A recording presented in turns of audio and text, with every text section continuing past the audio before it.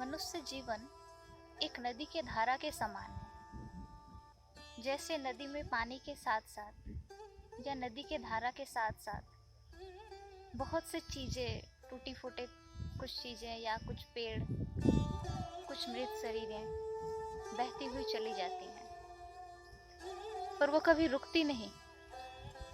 उन सभी चीजों को अपने साथ बहाए आगे बढ़ी जाती है। ठीक ऐसे ही हमारे जीवन में बहुत प्रकार की परिस्थितियों का हमें सामना करना पड़ता है। सभी के जीवन में कम ज़्यादा ऐसी परिस्थितियाँ आती ही रहती हैं। ऐसी परिस्थितियाँ जो हमारे मन को बहुत कष्ट पहुँचाती हैं, जो हमारे इच्छा के अनुकूल नहीं है। तो विभिन्न समय ये प्रश्न उठता है कि इन परिस्थितियों से हम कैसे बचें, क्योंकि हमने देखा है इन परिस्थितियों के चक्कर में ही बहुत से लोग कुछ गलत कदम उठा लेते हैं, कुछ गलत चीज़ों का व्यवहार करना शुरू कर देते हैं। वो नशा की कुछ वस्तुएं हो या अन्य चीज।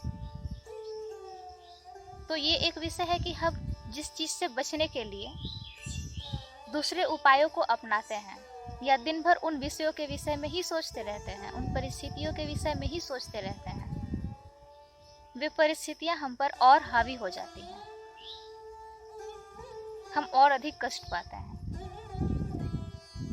तो जब तुलना इस जीवन के नदी के धारा के समान करी गई है, तो हम देखते हैं कि नदी में विभिन्न प्रकार की चीजें जब बहती हैं, तो उनमें से कुछ चीजें नैनों को बहुत आराम देते हैं, बहुत सुखद परिस्थितियां बनती हैं कुछ चीजों को देखते ही। जैसे एक सुंदर सा नाव जा रहा है, या कुछ पक्षियां उड़ते हुए नदी के ऊपर से जा रही हैं, या कुछ मछलियां तैर रही हैं, तो बहुत अच्छा लगता है देखकर।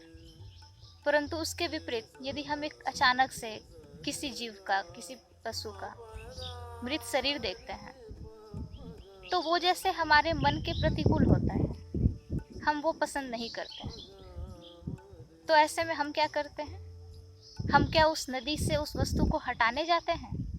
नहीं, हम कुछ देर वहीं बैठे रहें, अगर धैर्य रखें, तो कुछ समय के उपरांत वो वस्तु हमारे नज़रों के सामने से चली जाएगी, क्योंकि एक समय वो हमारे नज़रों के सामने थी भी नहीं।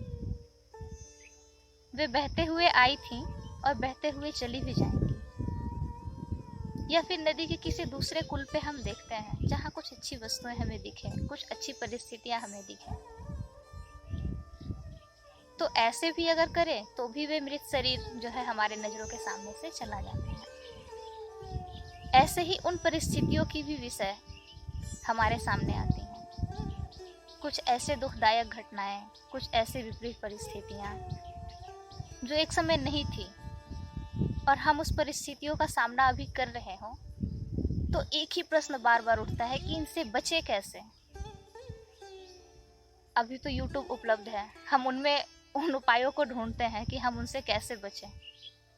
तो कुछ हद तक हम सुनते तो हैं, समझते तो हैं, पर हर समय उसके अनुसार चलना संभव नहीं हो पाता।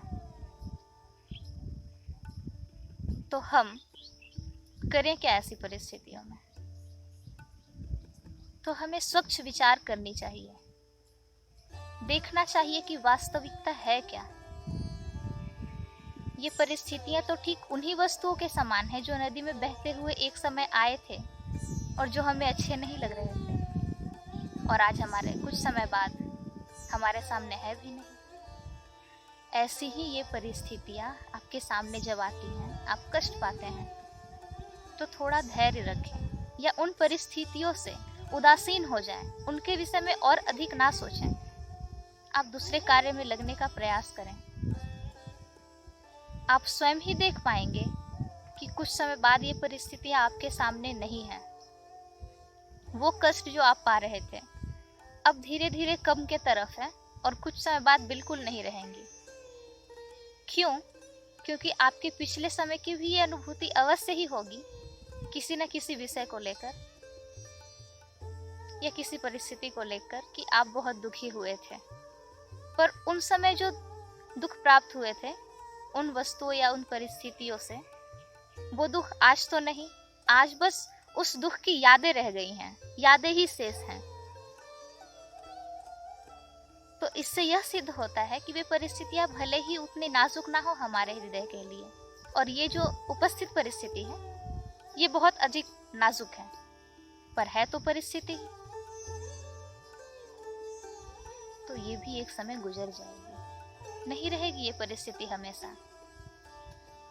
इस बीच अगर आप कुछ गलत कदम उठा लेते हैं तो ये गलत निर्णय लेना होता है असल में।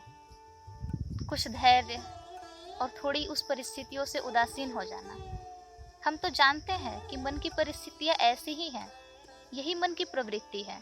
कुछ भावनाओं की उत्पत्ति, उनका खेल कुछ समय के लिए, कुछ दिन, घंटे या महीनों के लिए, और फिर वे विलीन हो जाती हैं। वे परिस्थितियां चली जाती हैं, वे स्थायी कभी भी नहीं रह सकती। परिस्थिति जैसी भी हो, वो आनंददायक घटना हो या कुछ दुखदायक परिस्थितियां, पर आज तक कोई परिस्थिति क्या हमेशा टिकी? नहीं, क्योंकि ये तो जीवन की धारा है। धारा भला कभी रुकती है क्या? नहीं रुकती, वो तो बहती ही जाती है, आगे चलती ही जाती है। तो जीवन ऐसा ही है, ये अनुभव करें। अनुभव कैसे हो? बस स्वच्छ विचार, दबाव ना ले बुद्धि पर। दबाव से किसी समस्या का हल कभी नहीं निकला और ना ही निकल सकता है। विचार अगर साफ हो और इच्छा अगर उस परिस्थिति से निकलने की तीव्र हो, तो हम अवश्य उस परिस्थिति से निकल जाते हैं।